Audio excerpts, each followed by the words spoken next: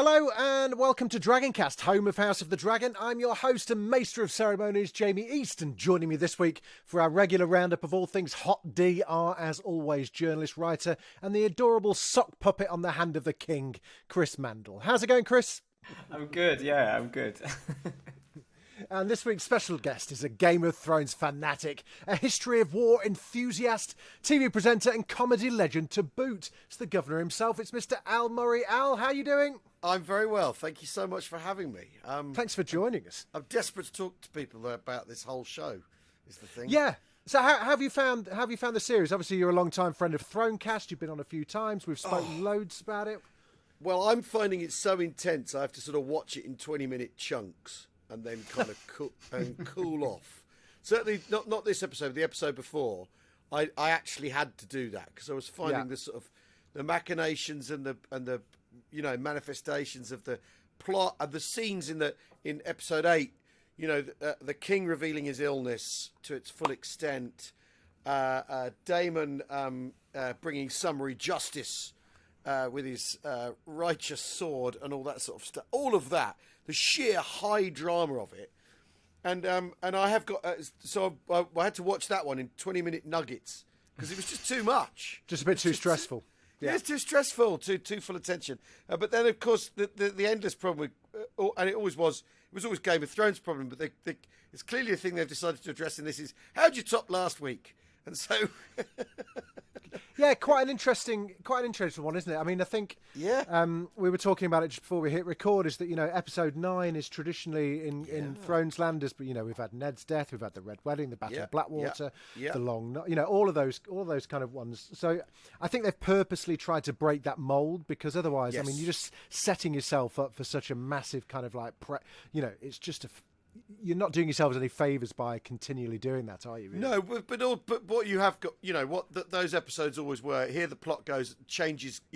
Here comes the next striation of the plot, the next major layer of the lasagna, and this has that. This is that.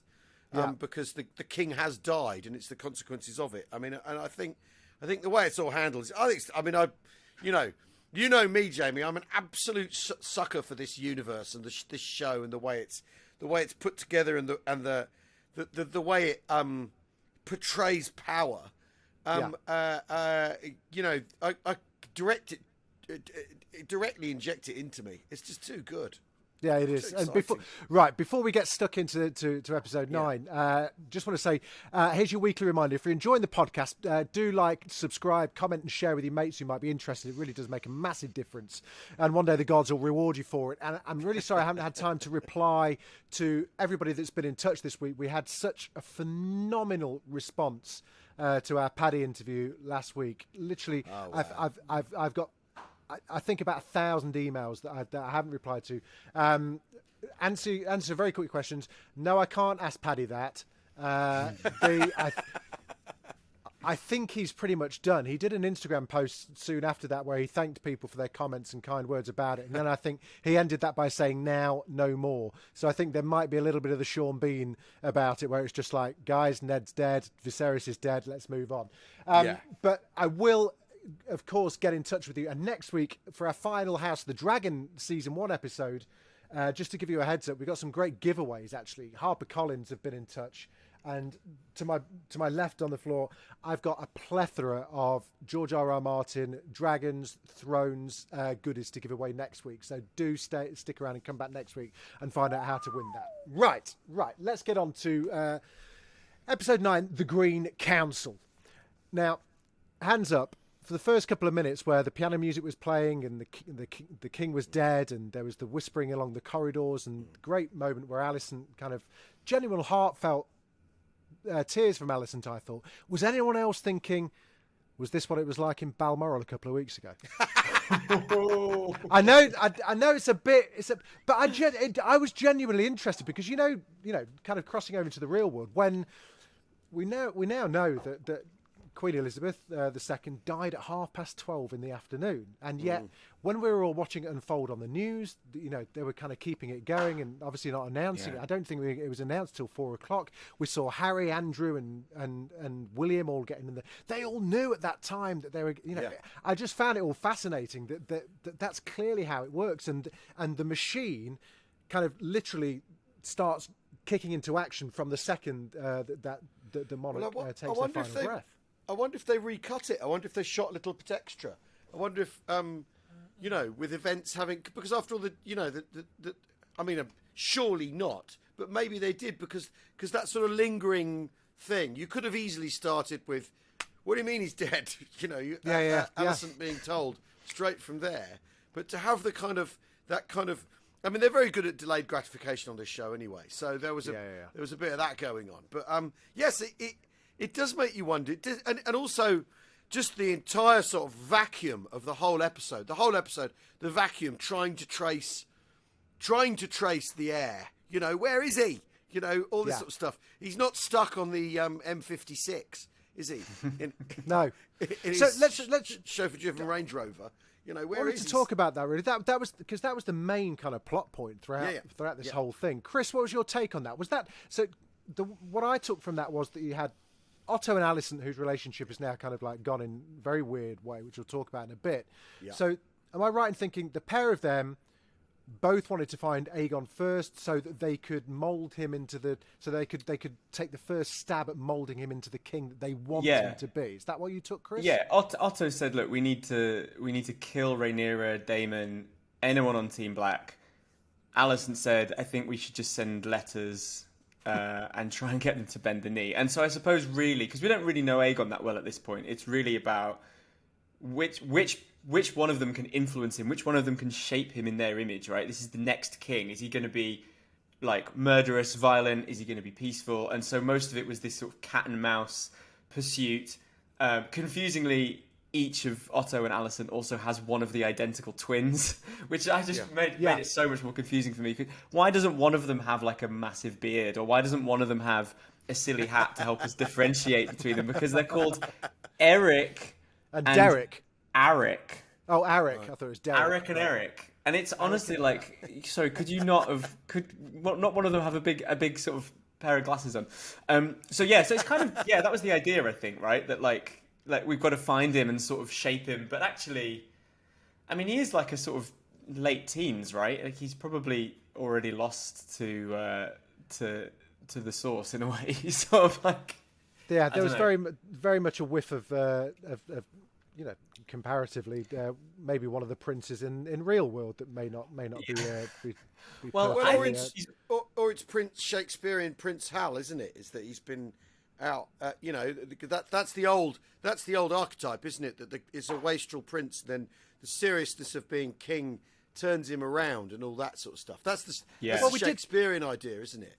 Yeah, and we did see that, didn't we? There was that kind of he was very much reluctant. He was quite happy just knobbing his way or getting it wet through Flea Bottom. Such a strangely naff name for a town in Westeros. Yeah. Like you've got all these amazing names, then all of a sudden Flea Bottom's there.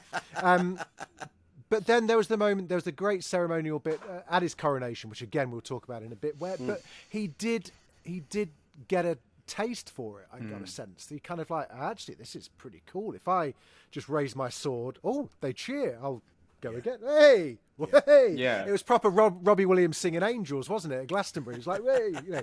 And this is a guy though that like he doesn't think his dad ever loved him. He doesn't think his mum likes him. He doesn't think his brother doesn't seem to like him. So when you've got like tens of thousands of people cheering, you suddenly go, oh yeah, like maybe I am born for this. Maybe I can do this. After all.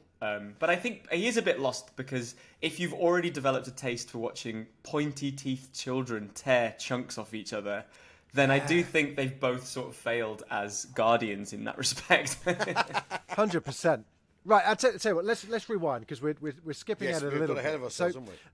Let's go back to the small council because quite a number of things happened within that conversation. Before even that, Jamie. What has compelled Alicent to do this, to lie? Is it at the, Well, at the end? At the end of the but last she's not episode? lying. Well, she is really because the king was confused, wasn't he? At the end of the last episode. But she has no idea about that conversation that he had with Rhaenyra. She's not been privy because it's only been passed along from king to heir or queen to heir about Aegon the Conqueror's dream, about the Night King and the winter that's coming and all of the rest of it, and the prince that was promised. So as far as she thinks, and as far as anybody knows, she genuinely believes that to be true. And I was questioning the same thing, but there was a moment where she was talking to, and actually the way that Alicent was throughout this episode, she was really reluctant with this knowledge. I got the sense that she was genuinely felt compelled to carry out. I mean, obviously it suits her a lot better than Rhaenyra being being queen, but there was there was bits where she kind of regretfully kind of had to instigate it. There was the bit where she was talking to Otto. There was a bit again in the small council. Well, is it because she's I didn't portraying? really get a sense that she was bullshitting. Is it because she feels she's portraying that she's portraying the princess? You know that I don't know. I couldn't quite tell really what her emotions were. In it, and you also sort of think if he'd lived, because also this also means the line of the heir being told about the Song of Fire and Ice has been broken, because she's not going to know what that is to relay to the new king, is she? She doesn't know what he was even talking about. So she's true. So does that mean that's been severed, and only that's a good question, and only the true heir really has had that knowledge imparted to them by their. Chris, do you know? Is this a book thing, Chris? Do we know? Not quite sure about that. Okay, but because I think we established that like this thing about him foreseeing the Song of Ice and Fire has been put in the show. I think to just provide a bit of connective tissue. Right. But Rhaenyra still knows. She knows. She was told, and they held the blade over the fire, and there was like High Valyrian written into it. I don't know if Alicent knows about that little trick about that dagger, that if you get a hidden message in it. The cat's paw dagger, yeah. But Alicent does sincerely believe she was told, it's you, it's Aegon's dream, and she's like, okay, well, it doesn't matter how many Aegons there are, like, he must be referring to my son. But I thought what was really clever was when her and Otto talk at the very start of the episode, she's literally like, thinks she's dropping like the biggest plot twist, where she's like, I have this crazy idea, it's Aegon, and Otto's like, yeah, we were going to do that anyway. But that's what I meant about London Bridge has fallen. It felt very much like London Bridge has fallen. It's like put into action. The mile's been closed. The flags. That was. I thought that was a really good Otto moment. His best moment by far. Yeah. Where as all Hands of King and Chief of Staffs usually are in programs like this, all of a sudden they're prepared for any eventuality. It just so happens that this eventuality serves House Hightower very well indeed. But the fact that I wasn't surprised to know that they kind of planned for Aegon to be king. What did surprise me was that there was also a separate side mission to kill Rhaenyra and Daemon. That to me was like, fucking hell. Okay, this is pretty major, and even to include your man Lannister in the plans, who seems like I wouldn't trust him with anything.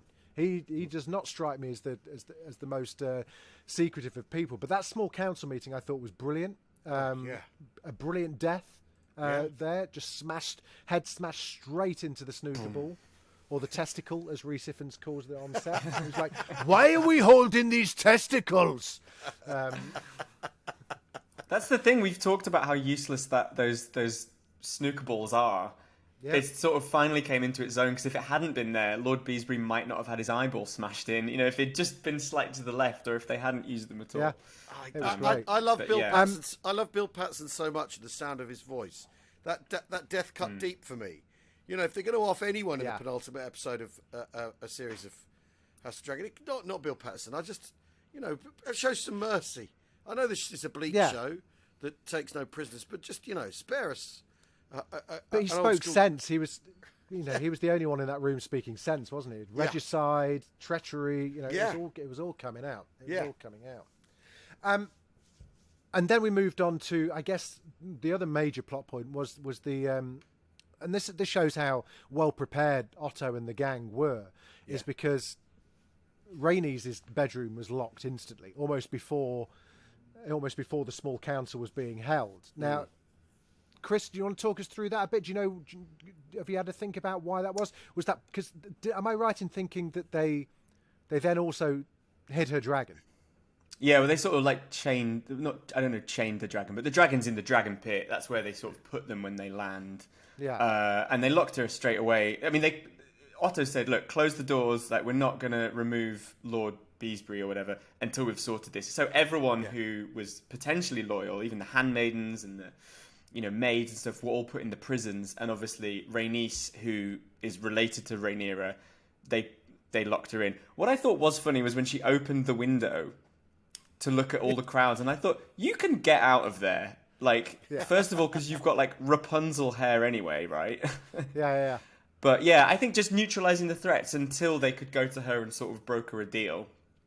Obviously, it didn't work. Rhaenys is too smart for that. But, yeah, just neutralising threats until they've got the loyalists on board, until they sort of mentioned at one point, there's 2 people in the City Watch that are still loyal to Daemon, because Daemon used to be in charge of that, so they've sort of replaced them. They got all the lords. I think they were the lords of the Stormlands, which is the area immediately around King's Landing. They got them in that room. And that one guy was like, I'd like to phone a friend. And they were like, you can't do that. Sorry. You've got to just break your oath now. He was sneaking out presumably to tell Rhaenyra, right? Yeah. That was Lord. I think I looked this up on IMDb because I was like, I never know who these random people are. Lord Cardwell. Yeah. Lord Cardwell. Stylistically, this was a really weird episode. It wasn't. I really enjoyed it, and actually, I thoroughly enjoyed it. I give it a second watch and enjoyed it far more the second time, as I usually do, because the first time I'm just kind of like, "Who's that? Why are they doing this? What was that they said?" Get the subtitles on, blah blah blah blah blah. But this one stylistically felt almost a little bit. It felt like a bit of a detective drama. It felt like a kind of medieval Cagney and Lacey, where you had like Kristen and Aemond kind of like just tootling off in their disguises. Although Aemon's disguise is really shit. It's like, mate, you've got an eye patch on. There's not a lot you can do. Can we talk about Kristen's hat that is supposed to disguise But that's what I mean. Little like pork pie hat, wasn't it? It was hipster beanie that he had on. I mean, it's ridiculous. So Kristen, though, he's getting more and more interesting. He's such a strange person. His attitudes to women and his attitude, and obviously his attitude to violence. It's all very, very, very. He's quite peculiar, isn't he? And he's going to get more peculiar. Which way do you think he's going to go? Well, I mean, he's Well, he's a psychopath for a start, isn't he? Because what I love is all that knightly stuff. It's all very courtly, and he's knightly, and he offers people his sword and all that sort of stuff. But he'll kill someone if he just has to. Bash someone's brains out if he doesn't like the prospect of them.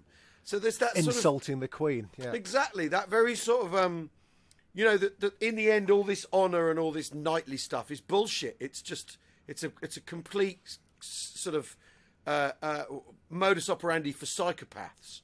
Like a thing that it's like literally his armour is being a knight that's protecting him, the psychopath. It's very, very odd. And how he views, what did he say about women? He said something very strange about women and sex in this episode. We sort of think, wow, do you live in this universe where everyone's at it? Yeah, he did, didn't he? And he also, he's very regretful of his. Oh yeah. When he shot his shot for. Yes, he feels sullied, doesn't he? With Rhaenyra. He's let himself down. He's let the guards down. He's let his regiment down. Oh, that's what he said. He said all women are in the image of the mother. Yeah, he was one of the seven gods. Yeah. In the okay. So and there was a weird little bit of sexual tension between Kristen and the Queen, wasn't there? The Queen is the Queen leading him on a little bit. She leant in and whispered something to him that felt a little bit breathy. I think she's sort of blackmailing him a bit because she knows that he's not supposed to sleep around, and he did with Rhaenyra, and she kind of has used that to get him in her employment, basically. So I think he's probably like keeping her sweet in a way, but also like she could have him killed. So he is a bit of a lapdog, isn't he? But he's quite batshit, like smashing heads in and stuff. Yeah. He's bonkers, isn't he? But no, I think she's one of the first people she practiced manipulating on. You know, after the wedding, where he had no port. You know, who was he going to go to? Who was going to rescue him? And that's the sort of first person she started really manipulating. And so he's her sort of opening experiment in becoming, you know, tougher and stronger and part of the sort of Machiavellian arts that she needed to acquire. So he's sort of like, you know, she definitely uses her allure on him, and definitely uses the fact that he doesn't think he should do anything about it. You know, like she's quite. I mean, but he's surely going to explode into some sort of horrendous, you know, further psychopathic violence at some point. I'm still not convinced he's going to make it past the end of the season. Right. Okay. I don't know. I don't know. I don't know. It doesn't. There's just something there where, I mean, maybe he will. Maybe he'll end up being like the Brienne of Tarth and will become deeply honourable and have some kind of mea culpa moment and all the rest of it. But at the moment, he still feels a little bit on the periphery as a character. Yeah, I think some for me. But we got introduced also to the White Worm in this episode. We've seen the White Worm before, though, right? Unless I'm going absolutely crazy. Yeah, that's the girl that Damon pretended. Damon's old. Yeah. I thought so. Now she is.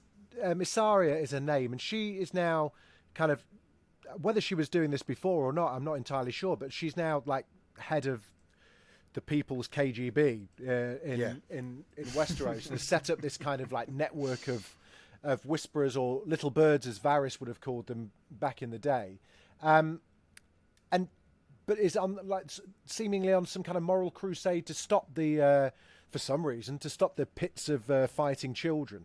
In exchange for information. What do we make of her? And am I right in thinking that was her house that was being burnt down at the end?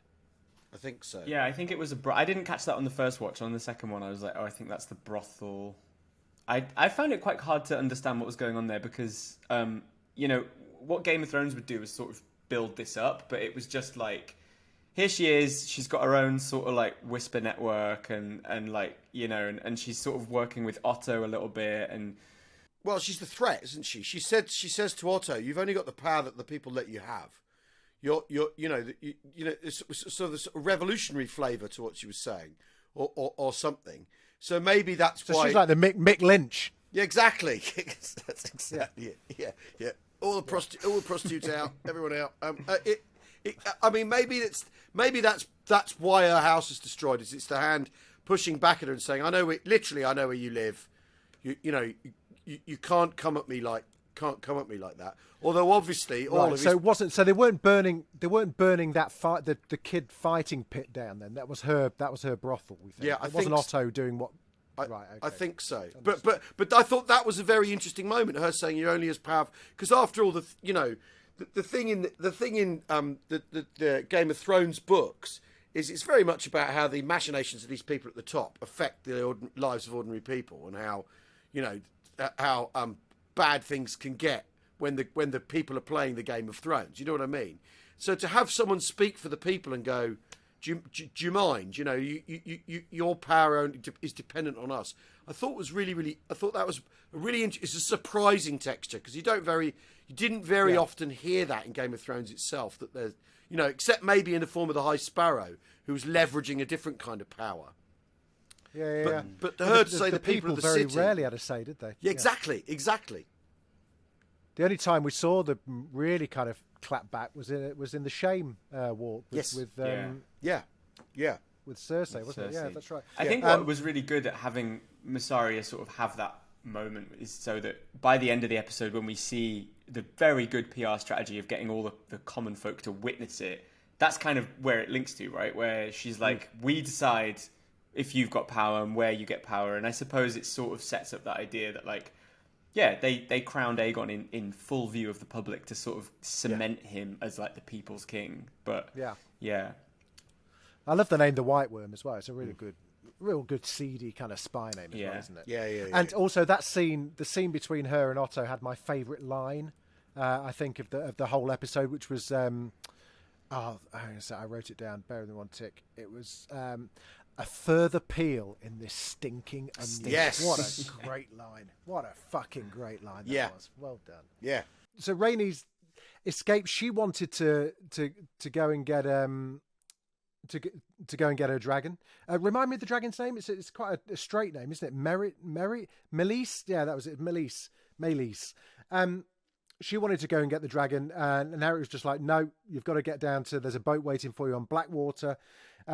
She had other ideas and was quite happy when they got split up, and gave that little knowing smile when the crowd was led her towards the dragon pit. Now, who the hell, I don't know who does town planning in King's Landing, but I would not, in a million years, put some kind of like ceremonial hall directly above a fucking dragon pit. That to me seems like lunacy. I wrote in my notes that it's the equivalent would be like William and Kate getting married at Battersea Dogs Home. Like, there's just no reason. Exactly. Yeah, but a To have nuclear those reason things. for it all. Nuclear Battersea On Dogs. Sellafield, yeah. Sellafield, exactly. Yes, the coronation on top of Sellafield. Yeah, just a bit stupid. Why run the risk? Why, if there's 1,000,001 chance, just don't do it. You know, it could. Yeah. So she They're was like, who quite could have happy. seen this happen? Who could have seen this happen? Yeah. I also enjoyed the vastness of that room, which was brilliant. Probably had what, 20,000-30,000 people in it, and yet Rhaenys was just able to very, very quickly just sneak to the edge and go down a flight of stairs and to the dragon. Well, That's she it. knows her way round. You know, She does know. you don't want she to. does. I mean, sometimes you can't get hung up on that kind of thing, can you? Because that moment when she burst through the floor with the dragon, I shouted, "Oh my God!" To the point, my wife came downstairs and said, "What? Are you all right? What's happened?" So, and you think if it, even I've been watching Game of Thrones stuff and House of the Dragon for a long time. So to get it to me to do that, just shows. I just thought that was such a fantastic moment, and It was really good. And what does it mean? I mean, it's such an interesting moment because they are usurpers. Well, they have gone against, and she said, we're a family of our word, didn't she? So what's going to happen to us? Yes. Civil war, surely. But the word of my house is not. That's word of my house is not fickle. That's it. That's what she said. Yeah. So before that, I mean, this was kind of like forespoken, and we knew that something was coming because actually, it was quite heavily, for Game of Thrones, it was pretty heavily kind of like thrust upon it. So it was like, by the way, the beast. Don't forget the beast beneath the boards. I said this is important. Don't forget it was quite a few times, more than is usual for Game of Thrones. I don't know whether it was to try and just because there's going to be a lot of people that haven't seen Game of Thrones, but normally that kind of foreshadowing, you have to go back and find it. After the event. So we all kind of knew that something was up. We discussed last week about Helena is, for me now, one of the most interesting of the Targaryens because she seems to be the one that's been graced with magic or the kind of third eye, the three-eyed raven sense of whatnot. And I was keeping a real close eye on her this time, and she couldn't look at Aegon, barely at all. She barely looked at him in the eye and kept looking over at Aemond. So I don't know whether that. I mean, there's not a shot wasted in Westeros, as we know. So that clearly meant something. Now, I think the Dreamers section is really, really interesting and really, really important. And we did a bit of digging around because I think people will find it interesting too. So some Targaryens are born with the ability to see into the future, and they've got visions of events that haven't yet come to pass. And that's what we've seen with Helena. Now, these Targaryens with that ability to prophesize the future are referred to as dreamers. Daenerys the Dreamer had the gift of prophecy. She and her family survived the Doom of Valyria because they sold all of their holdings and belongings 12 years before the Doom, and they left Valyria, moving instead onto Dragonstone. That's how the Targaryen kind of lineage survived. We learned that Aegon the Conqueror was a dreamer when Viserys revealed to Rhaenyra back in, I think it was probably Ep 1, the threat from the north in the Song of Ice and Fire.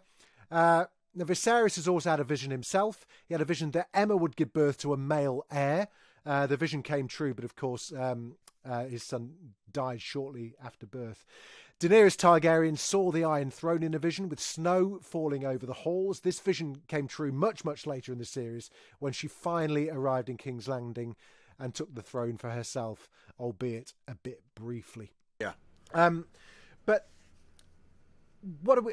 For me, it's still one of the most important parts of that universe, and where we've spoken about this, Chris, is the magic, and that for me was something that had been missing, and I was really pleased that there seems to be elements of that in there.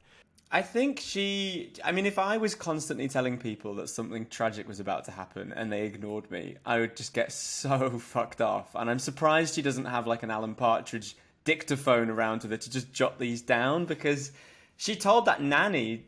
All she had to say was, rather than the beast, beware the beast beneath the boards, go, Rhaenyra's going to fuck you all up at Aegon's coronation. Yeah. That's all she had to say. I mean, what they probably, because she sort of told the nanny in this episode, she was like, there is a beast beneath the boards. And she was like, yeah, cool. Like, kind of busy here. No idea what that means. Kind of busy raising your children, actually, and I don't get paid. But I think, whenever she says something now, it's important to listen. She actually said something really interesting this episode, which is not as cryptic, but she said, it is our fate to crave what is given to another. If one possesses a thing, the other will take it away, which is kind of what this whole conflict is based on, isn't it? Yeah. She was also doing an embroidery of a giant spider, and there was a lot of talk in this episode about spiders, threads, webs. Yeah. Yeah, so Chris, you are my... Well, basically, you spend the time watching the opening titles, so I don't have to. And yes. you noticed quite a few things. Opening a title, Okay, a spider cropped up in that as well, didn't it? Take us through it. Did it? Yeah. Sure yes, it did. That. Yes, it did. Sorry, I did.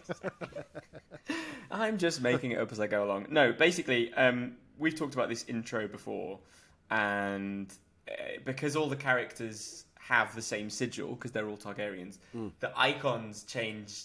They're sort of a bit more tailored to their characters, and we saw when branches of the family sort of develop in the show, we see rivers of blood sort of pooling off from people, and we saw the sort of sigils or the trademark badges of each of Alicent and Viserys' children, and Helena's is a spider. Because she kind of loves bugs. She's into, like, creepy crawlies. She was playing with a millipede in one episode. So I think it's sort of interesting as a sort of nod to that, but also Aemon's icon is a sapphire, and that is a reference to the fact that in the books, when he loses his eye, he just jams a sapphire in there to sort of style it out. Does he? Oh, wow, that's pretty cool. And, like Mick Hucknall did that with a ruby in his tooth on the... It's basically that. The glass eye industry has not taken off in Westeros quite yet. And then Aegon's is like a naked woman with a crown, which maybe someone who has read the books can sort of point us to that. The other thing to mention about that, though, is that there are 4... Alicent and Viserys have actually had 4 children. One of them has just not been featured in the show. And that is because there is already like 50 feral children running around. So I think Darren is going to be in season 2. But it's just Darren, isn't it? It's Darren. Can it not be just Darren? Yeah. Darren. Eric, Derek and Darren. But no, it's interesting. And if anyone has seen anything in the intro that they think is interesting, they should let us know. Because I really... if I didn't watch it twice, I wouldn't have picked up on stuff like this. But yeah, no, George R.R. Martin in his kind of like put his head above the parapet after King Viserys' death last week and said how pleased he was with Paddy's performance, and then mentioned that Darren. That's right, he did. Is in season 2. He's just been in Old Town. He was just on a like gap you say, year, Chris, isn't he? Basically, yeah, he was on a gap year. Just he's in a kibbutz in Old Town, just because. I think it mainly because there was too many kids, like you say, and we saw even more. A little side note: when we watched the trailer for this episode last week, we thought that one of Aegon's bastard children were in prison, but they weren't. They were just slumped in the corner of the child, the sharp-toothed child pit. Absolutely deranged. But there are more of them lurking around, which is going to be a huge problem, especially if they're the firstborn heir. Yeah, absolutely. Okay, so let's get on to the coronation. And actually, part of what we saw at the coronation was the fact that Aegon as part of Alicent's way of trying to unify and legitimize Aegon's coronation, you know, she linked it as tightly as she could to his namesake, Aegon the Conqueror, the original person who had the dream, who foresaw the prince that was promised, and in doing so gave her son Aegon the Conqueror's crown, which was an actually really cool kind of Kylo Ren style kind of crown with and that had a little ruby in the middle of it. I don't know if you noticed that as well. And also the sword that he was given was quite prominent as well. And that sword was called Blackfire. And we thought, you know, as we like to delve into a few things, it's time for a bit of Blackfire wisdom. So here we go. Now, Blackfire is the fabled bastard sword of Valyrian steel, once wielded by Aegon the Conqueror. A bastard sword's a hand-and-a-half sword that enables blows to be delivered with the power of a two-handed sword, but can also be wielded with one hand. Blackfire is the most famous of all the Valyrian steel swords ever owned by House Targaryen. Another famous Valyrian blade owned by the family is Dark Sister. That's wielded by Daemon Targaryen, which he used to eviscerate the crab feeder and more recently take the head of Vaemond Velaryon, although he did let him keep his tongue, obviously. Now, both during and in the aftermath of Aegon's conquest, King Aegon I Targaryen carried Blackfire and used it in combat, for executions and in the conflicts in Dorne. Aegon loved Blackfire so much that when he died, Blackfire was created with him on his funeral pyre. Maegor the Cruel retrieved the blade from the ashes, and it had been made darker by the fire but was otherwise undamaged. Aegon was succeeded by Aenys I, but being an adequate swordsman at best, Aenys bestowed the blade to his younger, more suited to combat brother Maegor. After Aenys died in 42 AC, Maegor flew to Dragonstone to claim the crown, and when Maester Gwen insisted that the Iron Throne should pass to Aenys' son Prince Aegon, Maegor beheaded Gwen with Blackfire. Now, when the realm began to unite against Maegor, Queen Rhaena Targaryen stole the sword from him and gave it to Aenys' son Prince Jaehaerys, who'd announced his own claim at Storm's End. Maegor was eventually found dead on the Iron Throne, and legend grew that it was the throne itself that had claimed him. Jaehaerys used the sword to slay the rebel Boris Baratheon during the Third Dornish War. Jaehaerys also killed Sir Braxton Beesbury in trial by combat after Braxton was found to have seduced the king's daughter, Princess Syra. Blackfire passed through Jaehaerys to Viserys I, who carried it through his long and mostly peaceful reign. Now that Viserys has died, Blackfire, along with the crown of Aegon the Conqueror, has been claimed by Aegon II, who hoisted Blackfire above his head in celebration at his coronation. The Greens will no doubt hope these ancient symbols of Targaryen greatness will enhance the legitimacy of Aegon's claim against his rival, Viserys' long-named heir, Princess Rhaenyra Targaryen. Or should that be Queen Rhaenyra Targaryen? Goodness me, I tell you what, the denseness of the family tree and the royal chain of command in George's world is pretty intense. You're a history buff, Al. How does that stack? How does it stack up in like War of the Roses-esque kind of real life? Oh, this is all. I mean, this is all entirely like. That's what's so brilliant about this. Is it's all entirely plausible because this is the stuff of. Certainly all this, kings and people personally offing each other. It's very much, you know, post the end of the Viking era into the early Middle Ages. Although I don't know if we use that term anymore in history, although those have all been changed. But yeah, I mean, this is very much like Viking kings or Norse kings or early French kings, early English kings. It's got that real flavour of the entanglement.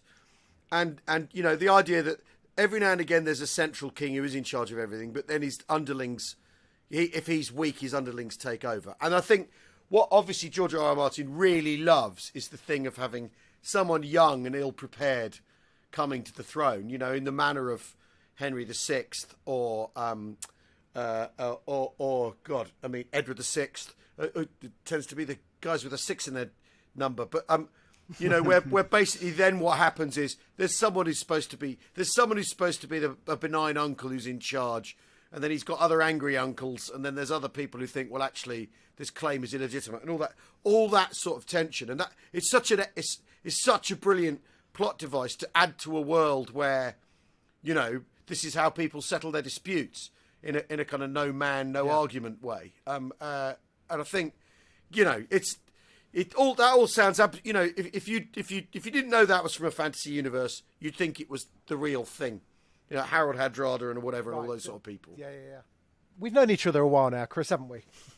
Yeah. And and there's something you've been after for a while. So I think before we get on to Mayleys, I think there you go, mate. Just crack on. Oh, crack thank on. you so much. Just whenever you want to go, just go. I'll avert my eyes.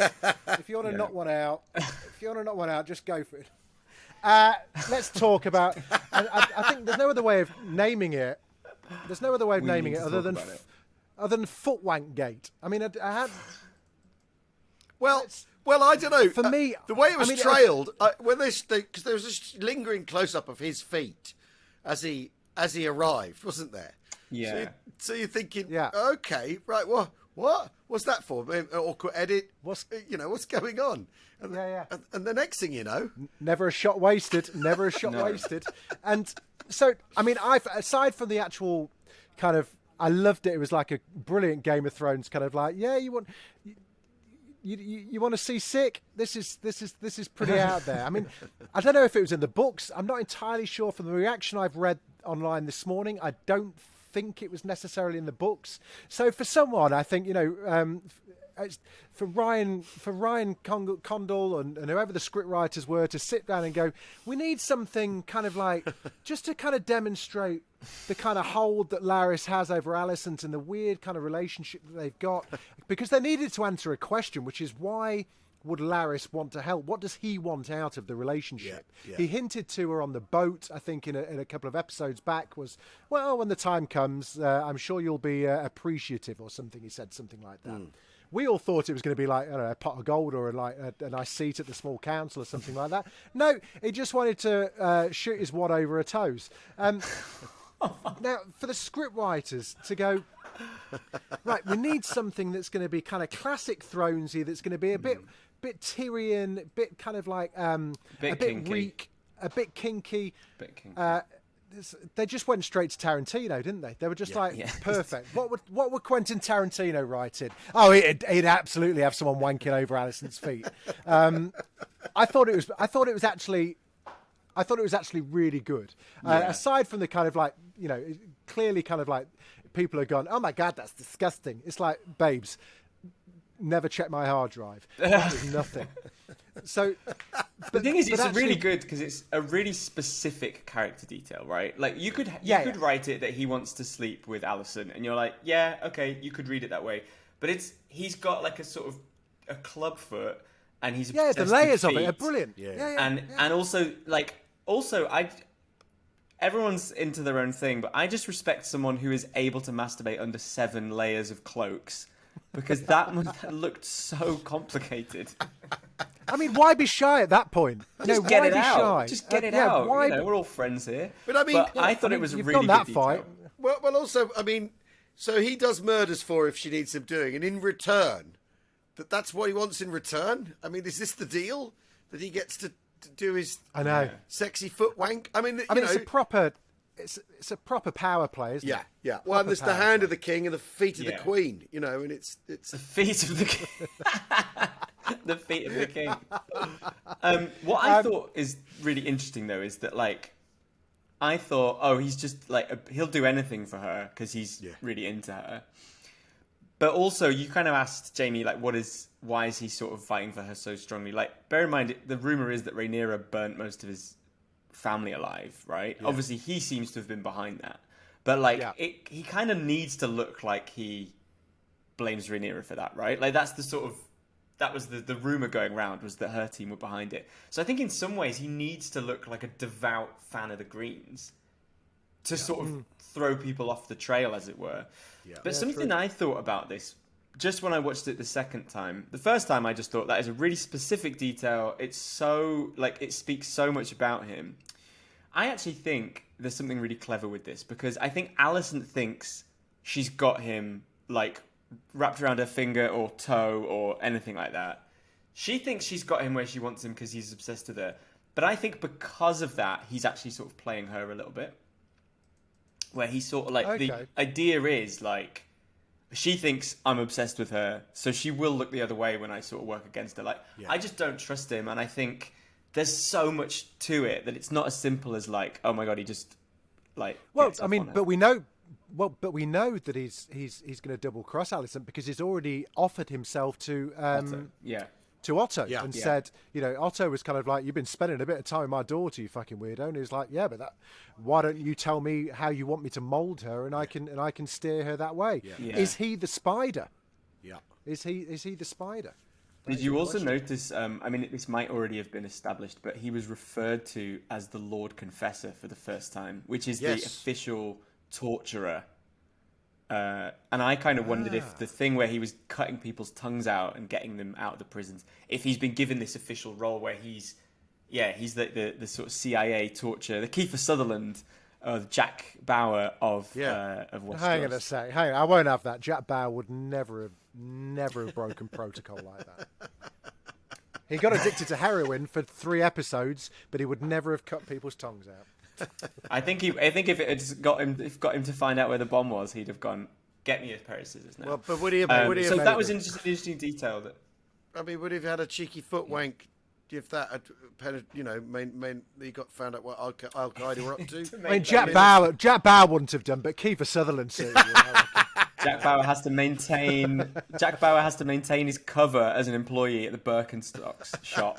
Yeah, exactly. And we'll do anything to keep it up. Now, I think the moving on to, I guess, the kind of ultimate, the cliffhanger, the big moment that we talked about, which was Meleys the dragon, the beast beneath the boards did turn out to be a dragon beneath the ceremony. I think this has been quite divisive online. People were kind of like, oh, that was a bit kind of like, I wasn't really all that turned on by that. I quite enjoyed it. It felt very much, again, mirroring the dragon saving Daenerys from the dragon pit. Was it the dragon pit in Dawn or somewhere at one point where the sons of Harpy were about to kill them at one point, and that was the first time that we saw Daenerys on a dragon, wasn't it? And flew away with that. It felt very much like that. There were people putting up the memes of Shrek eating with the dragon eating Lord Farquaad. What did you make of it, Chris? What was your feeling about it tonally? Yeah, and because I actually think it needed to be there to set up what's going to come in episode 10. But I'm interested to know what you thought, Chris. Well, the first time I watched it, I thought I was like, ow! I literally gasped when she burst through the ground. Like, I couldn't believe it. I thought it was really great. I really wanted to see Rhaenys step up and do something really cool. So that was amazing. When I watched it the second time, I thought it does feel like it's sort of they kind of went with the visuals first. Like, wouldn't this look cool? And then have tried to justify it afterwards. There's a inside the episode video on HBO's YouTube where they sort of try and explain it a little bit. I mean, I think the explanation is a little thin, but it's a really cool moment because what I sort of thought on the second watch was that whole coronation was about imagery. It was about PR. It was Aegon the Conqueror's crown, the original sword, all the Targaryen imagery. And then Rhaenys kind of goes, you want to see some Targaryen imagery? I'm on the back of a massive fucking dragon and I've just killed a few random people and I'm off. And that for me was like, if you want to see what power and command and bloodlust looks like, this is it. And I could have killed you all. I didn't. And off I go. So I think in a sort of symbolic thing, I thought it was fucking amazing. But I just, again, I'm holding an important event like that on top of the dragon pit. Just crazy. So I don't know, mixed really.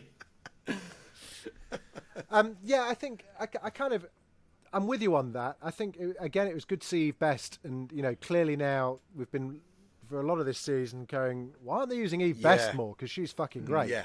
And it looks like Rhaenys is now heading into one hell of a season 2. What do you think? She's now clearly she's gone off to warn Rhaenyra, right? Yeah. Al, that's what she's got. Yeah. She's flown off. She's like, quick, it's all fucking gone to shit. Yeah. I mean, what did you make of it? What did you make of it all? Well, as a sort of way of shifting the gear. There's been what's been really impressive with this season is even with this first series is even though it's had lots of really massive moments, big shocking moments and big sort of twists and the time shifts and everything which have taken us getting used to. They've still held off what this actually all comes down to, which is that someone's on the throne who shouldn't be. They've actually taken 9 episodes over that and you could have started where we are this week, but they decided not to.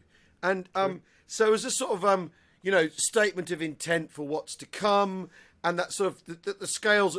I mean, what's so fantastic about this series is the dragons have been in it right from the beginning. We haven't got to wait for the bloody things. What we've got to wait for is the igniting moment, which is you put the crown on Aegon, and that's when everything changes, because it's almost like, I mean, it's symbolism in that, if you build things on a lie, they're going to explode. It had that symbolism in it too, that the lie cannot stand, and that these are the forces that they're actually toying with. Not like, have you got the White Worm under control? Have you got Aegon out of the brothels? Have you got your ducks in a row politically? There's at much bigger forces at work. And I mean, the fact that she kills a load of innocent people, though, to sort of make this point, or lay down this gauntlet is very Game of Thrones. And we were presuming she did. Well, I mean, she just burst through there were like 30,000 people. There's no way that they all survived. Yeah, so even though she's done that, she's not exactly to be popular with the people of King's Landing, is she? So no. As a way of securing people to her cause, that maybe wasn't so brilliant either. But I don't know. I loved it. I loved it, and I loved it was because it's the sort of, this episode is when finally the thing that's obviously going to cause a great big civil war that's going to last however many years on our tellies. It's where we've got to. And you needed a big moment like that to go, dunno, it's happening now. Yeah, I agree. And before we wrap up, let's just talk about Alicent. It was most definitely her episode, in as much as Viserys's was episode 8, and I think fair to say that Rhaenyra is going to get her moment next week. Yeah. I thought Olivia Cooke was just fucking excellent. She is. No one can eye roll like Alicent Hightower. there was a bit where Otto said to her, "Oh, you don't half look," when he tries to rein her in a bit, or "Oh, you don't half look like your mother in a certain light," and she just rolled her eyes and said, "Oh, fuck off, mate. Give us a break." Yeah. I thought she was. Her face acting is just wonderful.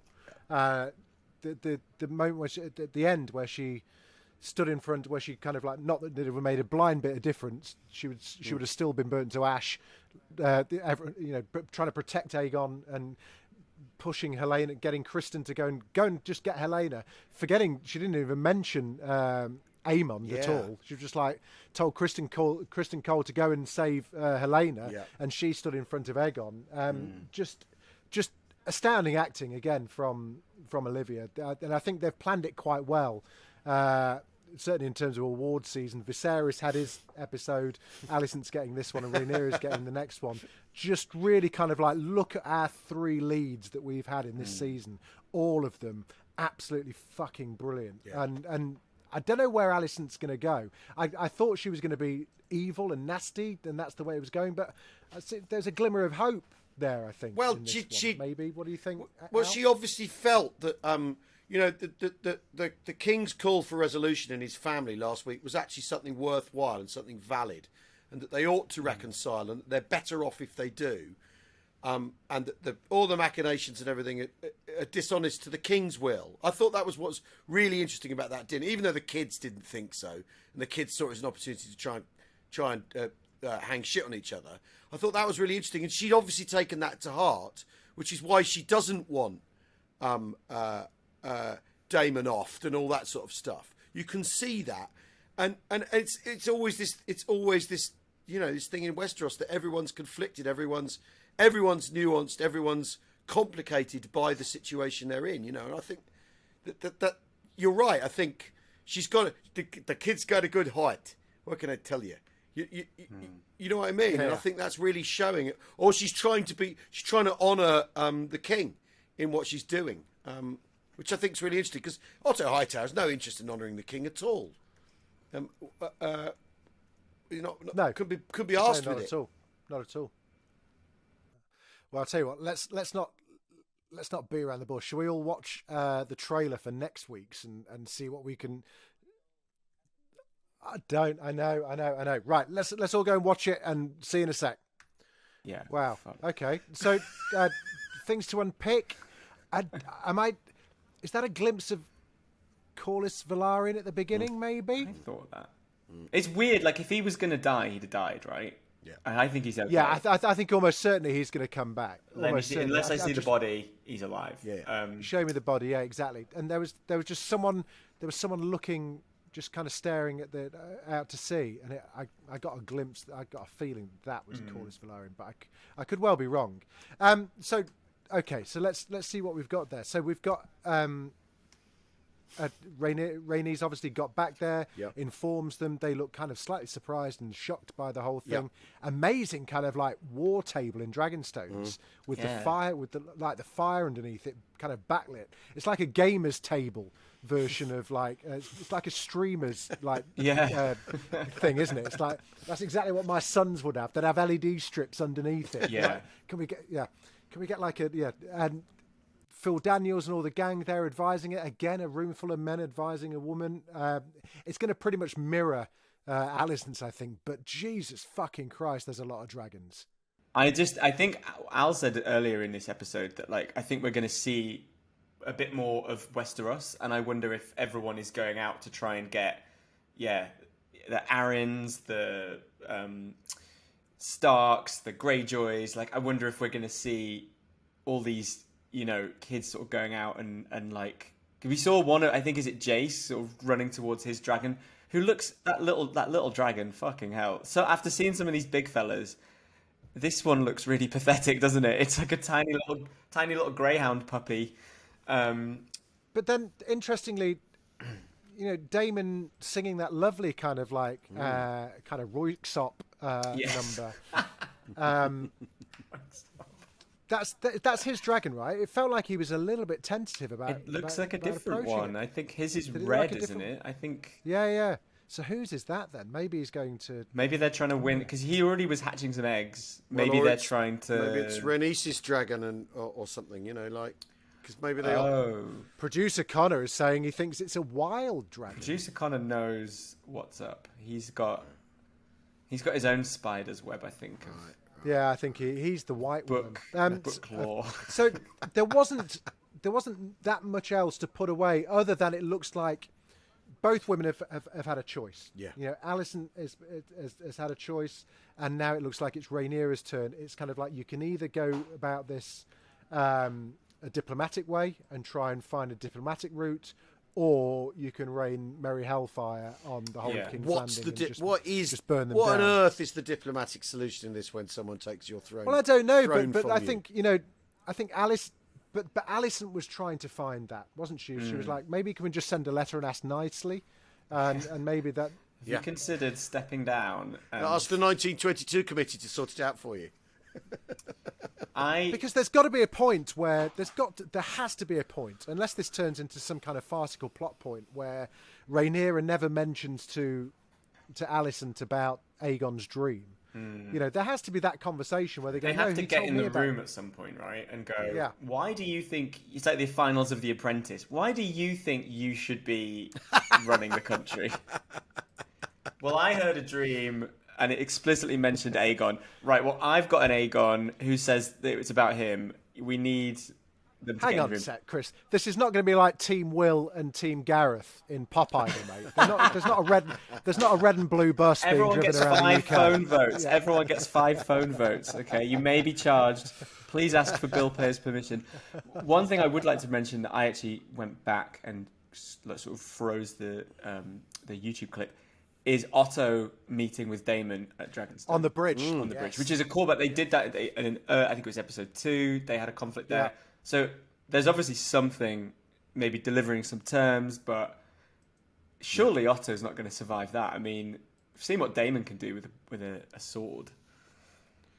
What would possibly protect Otto in that circumstance? Maybe Knowledge Aemond is maybe with him, who is like Daemon's like sort of, brother from another cousin or whatever. They're kind of similar, aren't they? I think if he's gone there, he'll have brought some backup. But yeah, it just feels like I think normally we talk at the start of the episode about like episode 9 is usually really intense, episode 10 is usually a bit quiet, but this feels like it's going to be absolutely massive. And it looks like it's just setting up for war, isn't it? And Al, you're going to love this segue. Speaking of war, You've been a busy boy, haven't you, lately? Yes. You're now an author. You're now like a proper talk us through Command.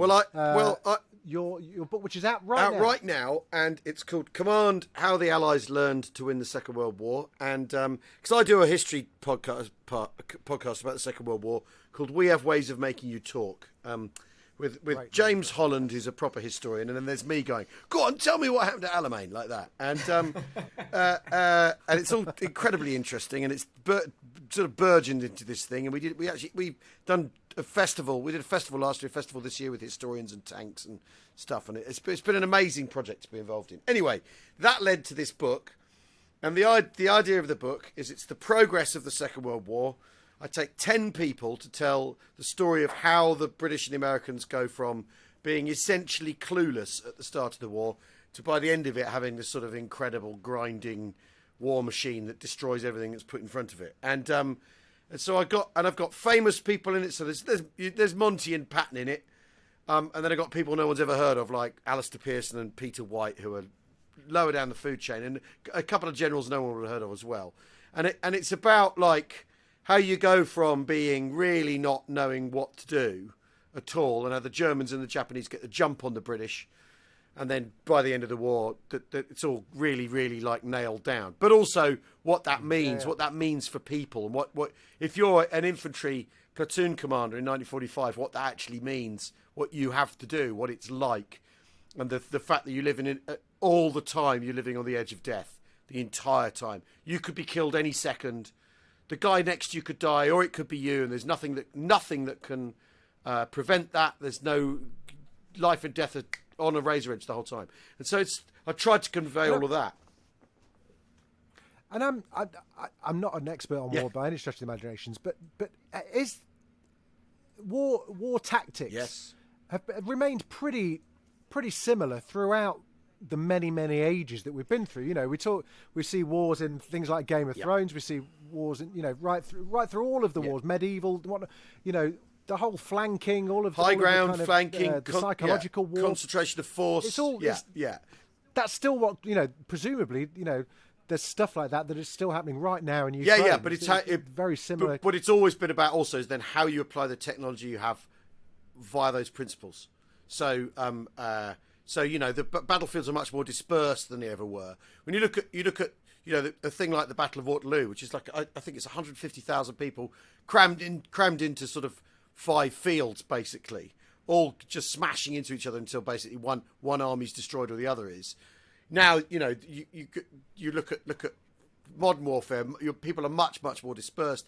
They're hidden. The whole point is to sort of not reveal what you're going to do. And but essentially, and in the end, what it also comes down to is morale. And you've got to keep people going, and you've got to keep them engaged with what you're trying to do, and how you do that. And the interesting thing in the Second World War is the British and their allies in the Dominions in the Empire and the Americans aren't dictatarships, so they don't have at their disposal the sort of levers of power that their enemies did, or that the Soviets did, where you could, if someone didn't do as you're told, you'd shoot them. The British and American armies and the Dominion armies weren't doing that.